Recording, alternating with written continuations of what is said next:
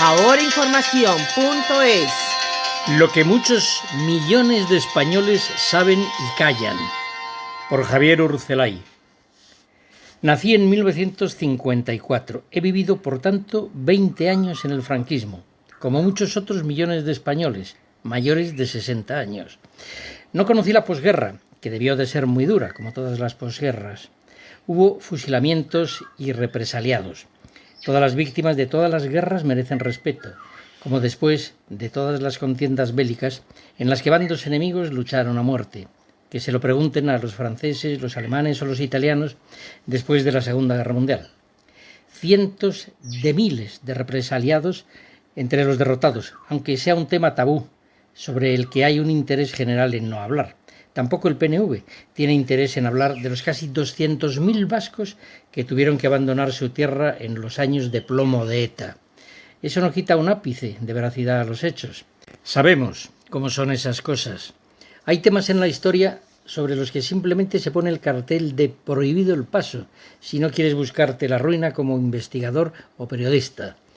Los años de la inmediata posguerra fueron años, al menos hasta la derrota del Eje, de mimetismo fascista, curiosamente protagonizado por arribistas y advenedizos que nada habían tenido que ver con el alzamiento de julio del 36 ni con la lucha en los frentes. Eran tiempos en que se llevaba el partido único y el Estado totalitario, que fascinaban a derecha e izquierda y a los que parecían representar el futuro. Franco desde luego se apuntó, como otros de izquierdas lo hubieran hecho, al estalinismo si el bando republicano hubiera obtenido la victoria. Como yo no había nacido, es territorio sobre el que me someto al juicio de historiadores y testigos de la época, los pocos que van quedando. Hablo de lo que sé, de los años 60 y 70, los años de franquismo que conocí. Sus dos últimas décadas de desarrollismo y tecnocracia no se parecen en cualquier caso en nada al cuadro de dictadura, represión y sangre con que hoy pretenden describirlo, como si el clima de 1940, si es que alguna vez fue así, se hubiera prolongado hasta el triunfo de Maciel en Eurovisión.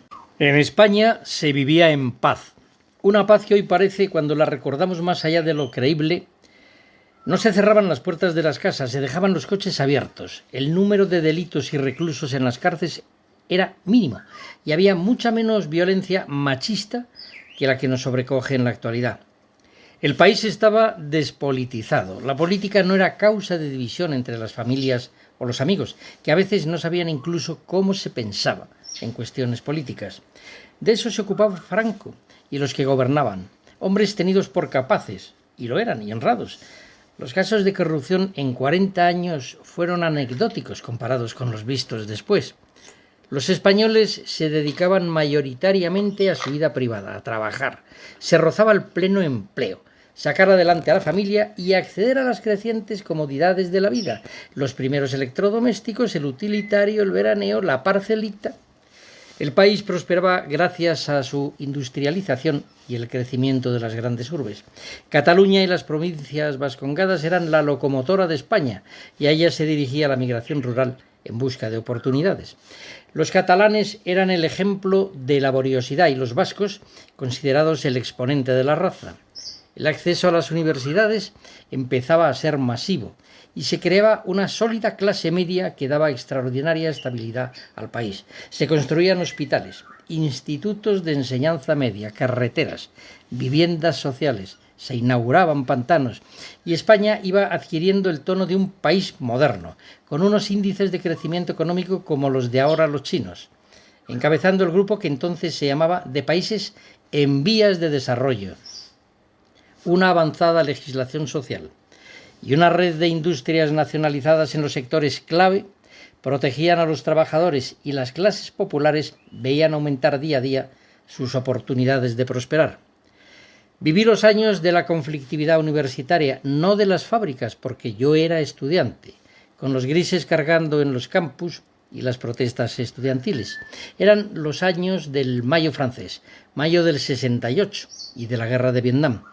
Había conflictos y desórdenes universitarios en todos los países de Occidente, pero que no me cuenten milongas. Los estudiantes subversivos no pasaban de ser un modesto 5% como mucho en cada aula universitaria, tanto que para poder hacer una asamblea tenían que venir de otras facultades. El resto le soportaba con estoicismo y resignación, con la esperanza de que no les hicieran perder demasiadas clases a base de asambleas y desalojos. Y por supuesto, no se trataba de estudiantes demócratas, sino de grupos revolucionarios, admiradores del Che o de Mao Zedong. No me encontré a nadie socialdemócrata ni reformista de centro en aquellos años, y dispongo de una notable colección de panfletos de la época. Resulta completamente inverosímil esa supuesta marea de opositores al régimen de la que hoy todos proclaman haber formado parte. Simplemente no salen las cifras, ni en aquellos tiempos se vio rastro de su presencia. España vivía bajo un régimen autocrático, en el que la voluntad de Franco era soberana e indiscutible, pero los españoles mayoritariamente se sentían bien gobernados, y el progreso que notaban en sus vidas y en las de sus vecinos confirmaba cada año esa sensación. El Estado tenía, por otra parte, proporciones reducidas, con un número de funcionarios 4 veces inferior al actual, lo que posibilitaba unos impuestos que hoy se considerarían de paraíso fiscal. Franco era aclamado por las multitudes en cualquiera de sus apariciones en público. Los aplausos en las aceras se sucedían al paso de los coches que constituían su séquito en los desplazamientos, y disfrutaba de sus veraneos en San Sebastián, navegando a bordo del Azor, cuya tripulación estaba compuesta en gran medida por marineros vascos. A su muerte, la mayoría del pueblo español lloró su pérdida y formó largas colas espontáneas para darle su último adiós. Muchos de aquellos españoles aún viven o viven sus hijos, que son conscientes de cómo lo vivieron sus padres. La cultura también floreció durante aquellos años, con grandes nombres en la pintura, el arte dramático, la literatura, el cine. Algunas de esas cumbres no han sido superadas en los años posteriores. Es simplemente falso que durante 40 años España fuera un erial sin mérito ni valor cultural alguno. Y en honor a la verdad, fuera una cosa u otra, no le imputaría al régimen lo que en último término no es atribuible más que a la sociedad en su conjunto. En el orden moral, de moral privada y de moral social, en aquellos años se respiraba un ambiente sano en cuanto a la decencia pública, moralidad de las costumbres, educación religiosa de la juventud, escasa difusión de las drogas, solidez de la institución familiar, protección de la vida y, por supuesto, disposición de medios por parte de la Iglesia Católica para llevar a cabo su labor. Todo ello no puede menospreciarse, pues al fin y al cabo es misión del gobernante el que los gobernados puedan desarrollarse plenamente como personas, creando también las condiciones que les permitan alcanzar su destino eterno. Si estoy equivocado en ello, estoy abierto a escuchar los argumentos en contra de cualquier obispo o clérigo que discrepe. En definitiva, el régimen de Franco que conocí no fue ni mucho menos el periodo más negro de nuestra historia contemporánea, sino más bien, si acaso, lo contrario, una de las etapas que produjo mayor prosperidad a los españoles, por lo menos en varios órdenes de vida. Como San Juan, puedo dar testimonio, y mi testimonio es veraz, porque de todo ello fui testigo. No pretendo pintar un nirvana ni ocultar los muchos puntos oscuros que sin duda existieron también a lo largo de aquellos largos 40 años. ¿No los tienen acaso también los 40 de democracia que llevamos? ¿Hacemos recuento? No soy un panegirista del franquismo, y si me lo propongo soy perfectamente capaz de encontrarle muchos defectos, hasta tal punto que alguien podría tildarme de antifranquista. Conozco muy bien las carencias políticas que tuvo el régimen de Franco y lo que tuvo de oportunidad perdida en varios sentidos, entre otros la de haber reinstaurado una monarquía tradicional, social y representativa poco después de conseguida la paz. Conozco también otras muchas lacras del régimen y la falta de cauces a las legítimas libertades políticas y sociales, entre las que incluyo la postergación del carlismo, a pesar de su contribución a la cruzada. Se prolongó la existencia del movimiento como sucedáneo de partido único, que debía haber acabado mucho antes, y Franco se perpetuó en el poder durante demasiado tiempo.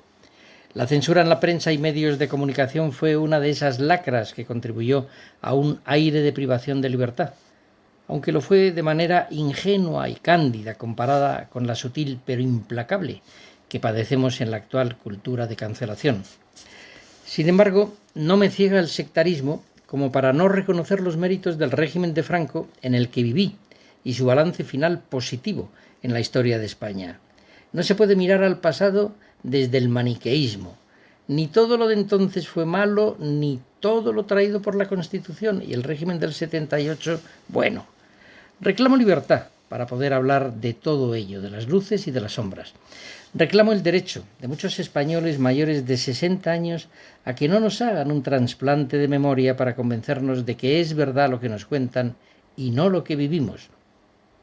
Reclamo que no se puede defender la libertad imponiendo una dictadura de opinión pública única y obligatoria. Y defiendo el derecho de la Fundación Francisco Franco, de la que nunca he sido miembro, a desarrollar en paz y libertad su labor al servicio de la investigación y el mejor conocimiento de una etapa de la historia de España que simplemente no se puede borrar de un plumazo ni condenar en bloque. Así lo proclamo por amor a la verdad, en defensa de la memoria de mi padre, que sirvió lealmente al régimen de Franco, como los padres de muchos millones de españoles, cada uno en su puesto, y que tienen derecho a no ser tratados como si hubieran sido oficiales de la Gestapo. Tengo en mente especialmente a los votantes del PP, e incluso a los de Vox, que parecen haber comprado una mentira que deshonra la obra de sus propios progenitores. Y lo escribo antes de que alguien tenga respaldo legal para imponerme una multa de entre 200 y 150.000 euros, aplicándome la nueva, sectaria y revanchista Ley de Memoria Democrática.